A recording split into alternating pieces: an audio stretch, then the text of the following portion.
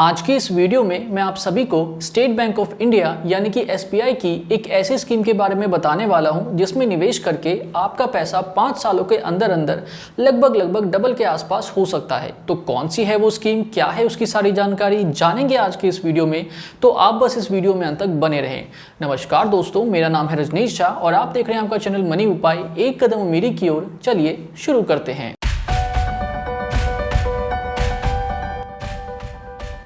तो state bank of India यानी कि एसबीआई की ऐसी कौन सी स्कीम है जिसमें कि निवेश करके आप अपने पैसे को 5 सालों के अंदर अंदर लगभग डबल के आसपास कर सकते हैं, ये जानेंगे। लेकिन उससे पहले एक छोटा सा एग्जाम्पल है जो कि आप सभी के लिए जानना और समझना बहुत ज़रूरी है।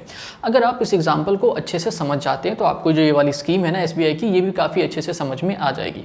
तो पहले ज़रा उस एग्जाम्पल को समझ लेते हैं और फिर हम बाकी की जो बातें हैं वो उसके बात करेंगे, ठीक है। तो चलिए पहले ज़रा एग्जाम्पल को समझ लेते हैं। तो मान लेते हैं कि इस वक्त आपके पास 1 करोड़ रुपए की रकम पड़ी हुई है और आप इन पैसों को किसी प्लॉट में इन्वेस्ट करना चाहते हैं। अब मुझे पता है कि आप में से कई सारे लोग कहेंगे कि ये वाला जो एग्जांपल है ये कहीं तो सुना हुआ है। जी हाँ, जो लास्ट मंथ एक वीडियो अपलोड हुई थी चैनल पे ना, तो उसमें मैंने इसी टाइप का एक एग्जाम्पल दिया था। बट ये जो वर्ड्स है ना वही आपको सेम लग रहे हैं, लेकिन वो थोड़ा अलग था और ये एग्जाम्पल थोड़ा अलग है, तो इसलिए स्किप ना करें, इसे थोड़ा समझने की कोशिश करें, ठीक है। तो मान लेते हैं कि आपके पास 1 करोड़ रुपए हैं और आप जो है इन पैसों को किसी प्लॉट में इन्वेस्ट करना चाहते हैं। तो जब आप इन्वेस्ट करने के लिए जाएंगे तो आपके सामने टोटल 3 तरह के प्लॉट्स आ जाएंगे, ठीक है। जो पहला वाला प्लॉट होगा ना वो आपका होगा उस एरिया में जो कि पूरी तरह से डेवलप हो चुका है। जो दूसरा वाला प्लॉट है आपका वो होगा आपका उस एरिया में जो कि थोड़ा बहुत डेवलप हुआ है और थोड़ा बहुत अभी होना बाकी है। और तीसरा प्लॉट होगा आपका उस एरिया के अंदर जहाँ पे अभी डेवलपमेंट के नाम पे कुछ भी नहीं हुआ, बस ऐसी खाली ज़मीन पड़ी हुई है, ठीक है। तो जब भी आप प्लॉट्स में इन्वेस्ट करने के लिए जाते हैं ना तो आपके सामने यही 3 तरह के जो प्लॉट्स हैं वो आएंगे। अच्छा, अब अगर आप ज़्यादा रिटर्न कमाना चाहते हैं तो आपको इन तीनों में से जो तीसरा वाला प्लॉट है ना, जो कि उस एरिया में जहाँ पे अभी डेवलपमेंट के नाम पे कुछ भी नहीं हुआ, तो आपको उसी में इन्वेस्ट करना चाहिए, क्योंकि वहाँ पे अभी आपको कौड़ियों के भाव में ज़मीन जो है वो मिल जाएगी। और जब वो एरिया डेवलप हो जाएगा ना तो जितना भी आपने उसमें इन्वेस्ट किया होगा तो उसका 5-10 गुना वो ज़्यादा ही आपको दे करके जाएगा, ठीक है। तो रिटर्न जो है वो आपको इस तीसरे वाले प्लॉट में ही मिलेगा। लेकिन यहाँ पर आपको ये भी ध्यान रखना होगा कि जो रिस्क का लेवल है ना वो भी इसी वाले प्लॉट में सबसे ज़्यादा है, क्योंकि ऐसा हो सकता है कि प्लॉट को उस एरिया को डेवलप होने में 15-20 साल का वक्त लग जाए, या ये भी हो सकता है कि जिस हिसाब से आपने सोचा था कि डेवलपमेंट होगा उस हिसाब से वहाँ पर कोई डेवलपमेंट ना हो। रियलिटी में ऐसे बहुत सारे केसेस देखने को मिल जाते हैं। तो रिस्क का लेवल भी ज़्यादा है और रिटर्न का लेवल भी ज़्यादा है। तो अगर आप ज़्यादा रिटर्न कमाना चाहते हैं और ज़्यादा रिस्क ले सकते हैं तो आप इसमें इन्वेस्ट कर सकते हैं। लेकिन अगर आप ज़्यादा रिस्क नहीं लेना चाहते और रिटर्न्स ठीक ठाक कमाना चाहते हैं, मतलब कि आप ये कहना चाहते हैं कि भाई हमें रिस्क ज़्यादा नहीं लेना, भले ही रिटर्न्स में थोड़ा बहुत कॉम्प्रोमाइज़ हो जाए तो उसमें कोई दिक्कत नहीं है। तो अगर ऐसा है तो फिर मैं आपको ना एक बेस्ट तरीका बताता हूँ इन्वेस्ट करने का, उसको ज़रा ध्यान से सुनिएगा।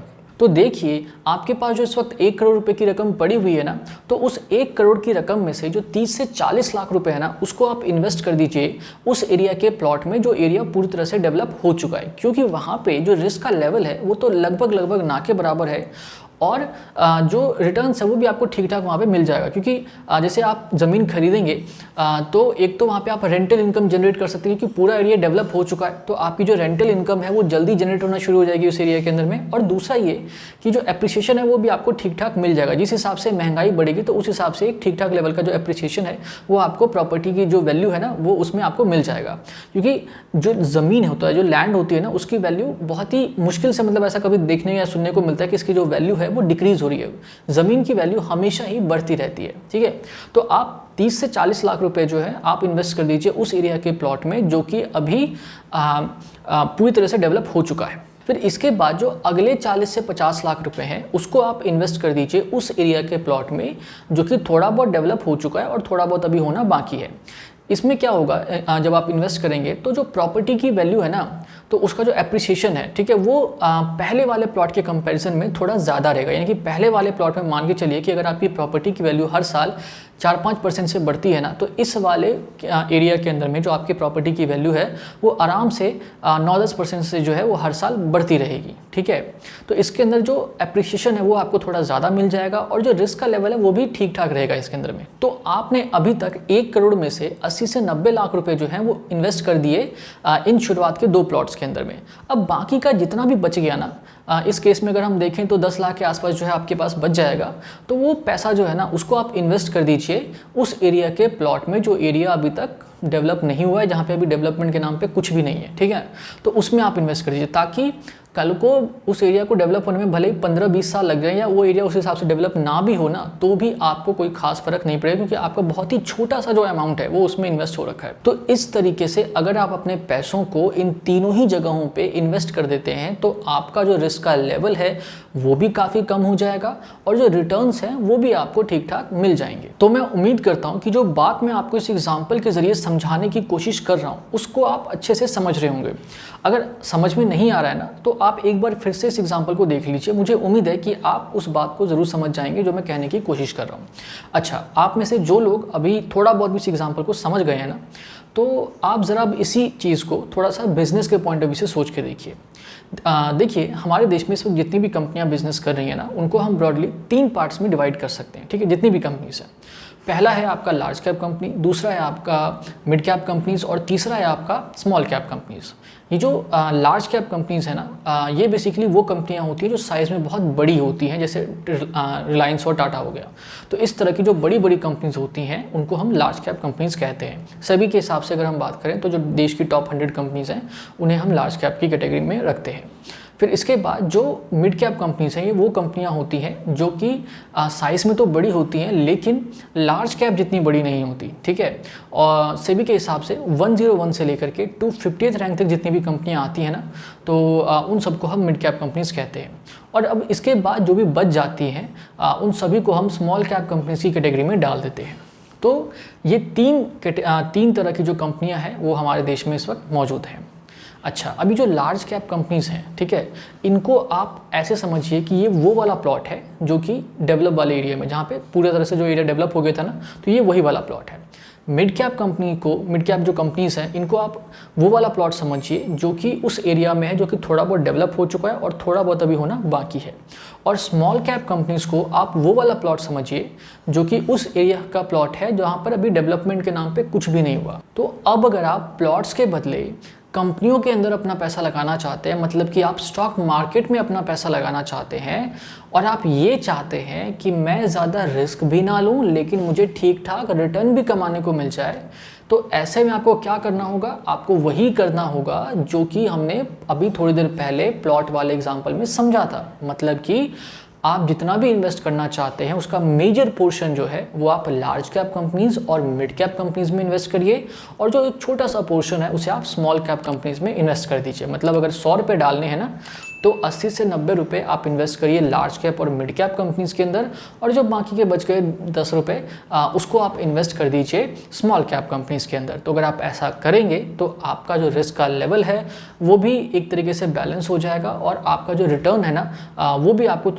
ठीक ठाक जो है वो देखने को मिल जाएगा। तो यही वो बात थी जो कि मैं आप सभी को उस एग्जाम्पल के ज़रिए समझाने की कोशिश कर रहा था। और अगर आप इसे अच्छे से समझ गए हैं ना, तो आपने इस वीडियो का एक बहुत बड़ा और इम्पॉर्टेंट हिस्सा जो है ना उसे समझ लिया है। अब आगे की जितनी भी बातें रह गई है ना, वो सब तो चुन्नू मुन्नू सी बातें, वो बड़ी आराम से आप समझ जाएंगे। ठीक है, तो यहाँ तक सब कुछ क्लियर है, आगे बढ़ सकते हैं। तो चलिए अब ज़रा आगे बढ़ते हैं। तो देखिए, अभी तक आप इतना तो काफ़ी अच्छे से समझ ही गए हैं कि अगर आप कम रिस्क लेकर के मार्केट में इन्वेस्ट करना चाहते हैं और रिटर्न्स भी ठीक ठाक कमाना चाहते हैं, तो आपको किस तरीके से अपने पैसों को कंपनियों के अंदर इन्वेस्ट करना है। ठीक है, अब यहाँ पर एक सवाल ये आता है कि पता कैसे चलेगा कि कौन सी कंपनी अच्छी है, क्योंकि लार्ज कैप में भी 100 कंपनियाँ आ जाती हैं, फिर मिड कैप की अगर हम बात करें तो उसमें भी 150 कंपनियाँ आ जाती हैं और स्मॉल कैप का तो क्या ही कहना। तो इन हज़ारों कंपनियों में से हमें कैसे पता चलेगा कि भाई ये कंपनी बेस्ट है? तो देखिए, पहला तरीका तो ये है कि आप रिसर्च करिए, कई सारी कंपनियों के बैलेंस शीट को पढ़िए, बहुत कुछ आपको मेहनत करनी पड़ेगी, है ना। और फिर उसके बाद एक कंक्लूजन पे पहुंचे कि हाँ, इस लार्ज कैप से ये वाली कंपनी अच्छी है, मिड कैप से ये वाली अच्छी है और स्मॉल कैप से ये वाली अच्छी है, और फिर अपने पैसे को उस हिसाब से इन्वेस्ट कर दीजिए। ठीक है, और ये जो तरीका है ये बहुत लंबा प्रोसेस है, मुझे पता है कि आप ये नहीं कर पाएंगे। फिर इसके बाद दूसरा तरीका होता है कि आप किसी फाइनेंशियल एडवाइज़र या किसी ब्रोकर की हेल्प से जो है वो इन कंपनियों के अंदर में इन्वेस्ट कर दे। वो अपना रिसर्च वगैरह कर लेगा जो भी होगा, और वो आपको बता देगा कि हाँ भाई, लार्ज कैप की ये ठीक है, मिड कैप की ये ठीक है और स्मॉल कैप की ये ठीक है। तो इसमें आपका टाइम बच जाएगा। उसके बदले वो थोड़ी सी जो फीस वगैरह चार्ज करते हैं वो आपसे ले लेंगे। ठीक है, एक तरीका ये है। और जो तीसरा तरीका है जो कि मेरी नज़र में सबसे कंफर्टेबल तरीका है और सबसे आसान और बेस्ट तरीका है, वो है म्यूचुअल फंड्स का। आप म्यूचुअल फंड्स का सहारा ले लीजिए, तो उसमें क्या होगा कि आपका बहुत सारा टाइम बच जाएगा। और म्यूचुअल फंड को क्या होता है कि ना, जो लोग मैनेज करते हैं वो मार्केट के एक्सपर्ट्स होते हैं, तो आपके पैसे को ना वो आपसे या शायद उस फाइनेंशियल एडवाइज़र या शायद उस ब्रोकर के कंपैरिजन में मतलब काफ़ी अच्छे तरीके से मार्केट में इन्वेस्ट कर देंगे। ठीक है, तो म्यूचुअल फंड का जो तरीका है वो मेरे लिए बेस्ट है, और आज की इस वीडियो में हम उसी म्यूचुअल फंड वाले तरीके की बात करने वाले हैं। तो देखिए, कई तरह के म्यूचुअल फंड्स होते हैं।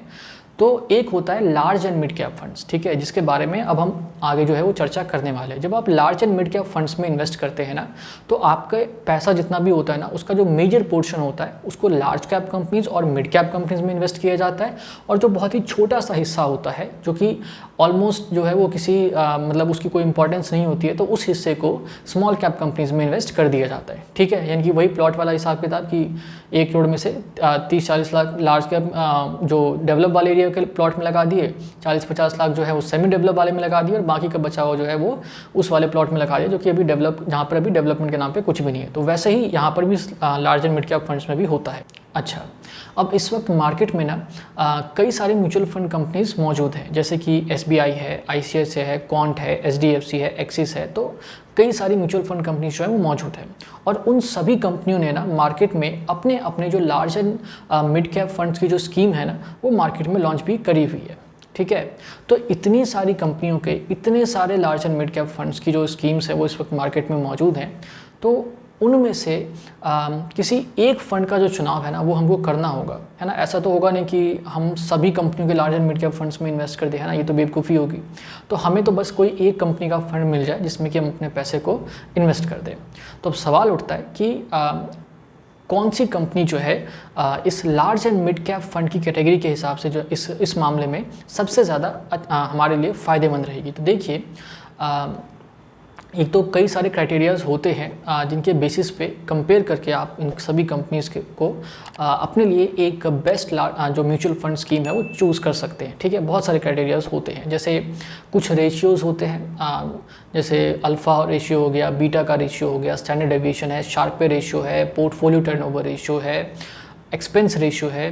तो ये कुछ रेशियोज़ होते हैं जिनके बेसिस पे आप सभी कई सारी कंपनियों के large and mid cap funds को आपस में कंपेयर करके अपने लिए एक बेस्ट जो large and mid cap fund है वो चूज़ कर सकते हैं। फिर आपको ये भी देखना होता है कि भाई रिटर्न्स कौन सबसे ज़्यादा अच्छा दे रहा है, क्योंकि अल्टीमेटली तो यही मैटर करता है। तो रिटर्न्स भी देखते हैं हम। फिर हम क्रिसिल की रैंकिंग भी आप देख सकते हैं कि इसकी रेटिंग कितनी है, इसकी 3 स्टार है, 4 स्टार है, 5 स्टार है। हालांकि मैं इसको उतना ज़्यादा इंपॉर्टेंस नहीं देता, क्योंकि कई बार जो 3 स्टार रेटेड प्रोडक्ट होता है ना वो भी बहुत अच्छा होता है as compare to 5 star product के। तो लेकिन फिर भी ये कुछ हद तक ज़रूर हमारी हेल्प कर देता है। तो ये भी आप देख सकते हैं। फिर AUM के बेसिस पे भी आप थोड़ा बहुत जो है इनको आपस में कंपेयर कर सकते हैं। तो कहने का मतलब ये है कि कुछ ऐसे कई सारे ऐसे क्राइटेरियाज होते हैं जिनके बेसिस पे जो है ना आप कई सारी कंपनियों के फंड्स को आपस में कंपेयर करके अपने लिए एक बेस्ट फंड जो है वो चूज़ कर सकते हैं। अब इसको हम आज की इस वीडियो में डिस्कस नहीं करेंगे, इन क्राइटेरियाज़ को, अदरवाइज़ वीडियो बहुत लंबी बन जाएगी, और मुझे उतनी लंबी वीडियो जो है ये वाली बनानी है नहीं। अगर आप थोड़ा बहुत जानना चाहते हैं तो पिछले महीने चैनल पर एक वीडियो अपलोड हुई थी, उसका लिंक मैं नीचे डाल दूंगा, तो उसमें मैंने थोड़ा बहुत डिस्कस किया हुआ है। ठीक है, और मेरी कोशिश रहेगी कि मैं आगे आने वाले वक्त में कभी एक सेपरेट वीडियो बनाऊंगा जिसमें कि आपको मैं बताऊंगा कि किस तरीके से आप अपने लिए एक बेस्ट म्यूचुअल फंड जो है वो चूज़ कर सकते हैं। ठीक है, तो इसको तो अभी हम रहने देते हैं। तो अभी फ़िलहाल मैं आपको बस उस फंड का नाम बता देता हूँ जो मेरे हिसाब से लार्ज एंड मिड कैप की कैटेगरी में ना सबसे ज़्यादा फ़ायदेमंद है। ठीक है, तो देखिए, मैंने कई सारे क्राइटेरियाज़ के बेसिस पे कई सारी कंपनियों के फंड्स को आपस में कंपेयर किया, और कंपेयर करने के बाद मैं इस निर्णय पे पहुंचा, इस निष्कर्ष पे पहुंचा कि SBI का जो large and mid cap fund है ना वो सबसे ज़्यादा आपके लिए फ़ायदेमंद साबित हो सकता है। मेरी नज़र में ये फ़ंड जो है ये सबसे ज़्यादा अच्छा है। ऐसा नहीं है कि ये वाकई में सभी के लिए सबसे अच्छा हो, लेकिन मैंने जितना कुछ देखा इसके अंदर में, चाहे वो मैंने रेशियोज़ के बेसिस पे कंपेयर किया या रिटर्न्स के बेसिस पे आपस में कंपेयर किया, AUM के बेसिस पे, एक्सपेंस रेशियो, NAV, मतलब बहुत सी चीज़ें मैंने इसमें देखी। तो मुझे ये जो फंड है ना ये मुझे सबसे बेस्ट फंड लगा इसके अंदर में मुझे जो नेगेटिव चीज़ें हैं ना वो बहुत कम देखने को मिली। तो मेरे हिसाब से जो SBI का large and mid cap fund है ना, ये सबसे अच्छा फंड है लार्ज एंड मिड कैप की कैटेगरी के अंदर में। इसकी जो कुछ डिटेल्स हैं, जो कुछ इंपॉर्टेंट डिटेल्स हैं, वो इस वक्त आप अपने स्क्रीन पे भी देख रहे होंगे, जिसे आप चाहें तो इस पॉज करके पढ़ सकते हैं। अच्छा, अब जो मैं कह रहा था स्टार्टिंग में कि आप अपने पैसे को 5 साल के अंदर अंदर लगभग डबल के आसपास कर सकते हैं ना, तो वो मैं आपको ज़रा बता देता हूँ। तो देखिए, अगर आपने आज से लगभग 5 साल पहले SBI की इस स्कीम में 1 लाख रुपए के लगभग की एक रकम निवेश करी होती, तो आज की डेट में आपको 14.80% के रिटर्न के हिसाब से 1,99,393 रुपीज़ के लगभग की जो एक रकम है वो मिल जाती। तो हम ये कह सकते हैं कि इस स्कीम के ज़रिए आपका जो पैसा है ना वो 5 साल के अंदर अंदर लगभग जो है वो डबल के आसपास जो है वो हो सकता है। हालांकि यहाँ पर एक बात बता दूँ, उसको आप अच्छे से ध्यान में भी रखिए कि ये जितनी भी बातें हैं ना वो सब इसके प्रीवियस डेटा के बेसिस पे हैं। आने वाले फ्यूचर में क्या होगा इसकी कोई गारंटी नहीं होती है, लेकिन जब पिछले 5 सालों का परफॉर्मेंस अगर अच्छा रहे तो आने वाले 5 सालों का जो परफॉर्मेंस है वो भी ठीक ही ठाक रहेगा। ऐसा तो है नहीं कि अभी वो 14-15% दे रहा है और कल को वो बिल्कुल 0 पे गिर जाएगा, तो ऐसा होना पॉसिबल नहीं है। होने को तो हो सकता है, लेकिन उतना ऐसा लगता नहीं है कि होगा। ठीक है, तो रिटर्न्स की कोई गारंटी नहीं होती है, लेकिन जितना भी डेटा हमारे पास अवेलेबल है, जो फैक्ट्स एंड फिगर्स जो अवेलेबल हैं इस वक्त, उसके हिसाब से अगर हम देखते हैं तो आप 5 सालों के अंदर अंदर अपने पैसे को लगभग जो है वो डबल के आसपास जो कर सकते हैं SBI की इस स्कीम के ज़रिए। तो मेरे हिसाब से SBI की जो large and mid cap fund scheme है ये काफ़ी ज़्यादा अच्छी है। ये आपके लिए काफ़ी ज़्यादा जो है वो फ़ायदेमंद साबित हो सकती है। बाकी आप क्या सोचते हैं इसके बारे में वो आप नीचे कमेंट सेक्शन में जो है वो ज़रूर बताएं। आपकी नज़र में इस large and mid cap fund category में SBI के अलावा कौन सी कंपनी सबसे ज़्यादा अच्छी है? अगर आप जानते हैं तो वो भी आप नीचे ज़रूर बताएं। बाकी कुछ कहना चाहते हैं, कुछ पूछना चाहते हैं तो उसके लिए भी जो कमेंट सेक्शन है वो खाली पड़ा हुआ है। दिल खोल के कहिए, दिल खोल के पूछिए। वीडियो अगर पसंद आई है तो इसे लाइक किए बिना ना जाएं, क्योंकि वीडियो बनाने में बहुत मेहनत लगती है और अगर आप लाइक भी नहीं करेंगे तो फिर तो ऐसा ठीक नहीं है। इसके अलावा आप जितने भी लोगों को जानते हैं उनके साथ इस वीडियो को शेयर करना ना भूलें, ताकि अगर कोई इस तरह के फंड में इन्वेस्ट करना चाह रहा हो तो उनकी जो है थोड़ी बहुत हेल्प हो जाए। तो इस वीडियो को शेयर करके जो है आप थोड़ी बहुत समाज सेवा भी कर सकते हैं। इसके बाद चैनल को सब्सक्राइब नहीं किया है तो प्लीज़ उसे सब्सक्राइब कर लीजिए और जो नोटिफिकेशन वाला बेल है ना उसको भी ज़रूर प्रेस कर दें। तो बस ये वीडियो अब यहीं पे समाप्त होती है। आप सभी ने इस वीडियो को देखा यहाँ तक, इसके लिए आप सभी का बहुत धन्यवाद। नमस्ते।